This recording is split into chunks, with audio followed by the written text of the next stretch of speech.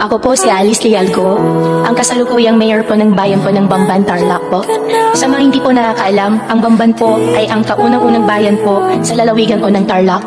Kaya sa unang taon po bilang mayor, na nagsikap po ako maghikayat ng investors para magnegosyo at makatulong po sa pag-asenso po ng bayan po ng Bamban. Kaya masakit din po sa akin na masangkot sa ganitong usapin at nakilala pa ang aming bayan sa maling paraan. Nakakalungkot po na wala pa man ay nahusgahan na po ang aming layunin at nahaluan na din po ng pangsariling interes po ng ilan.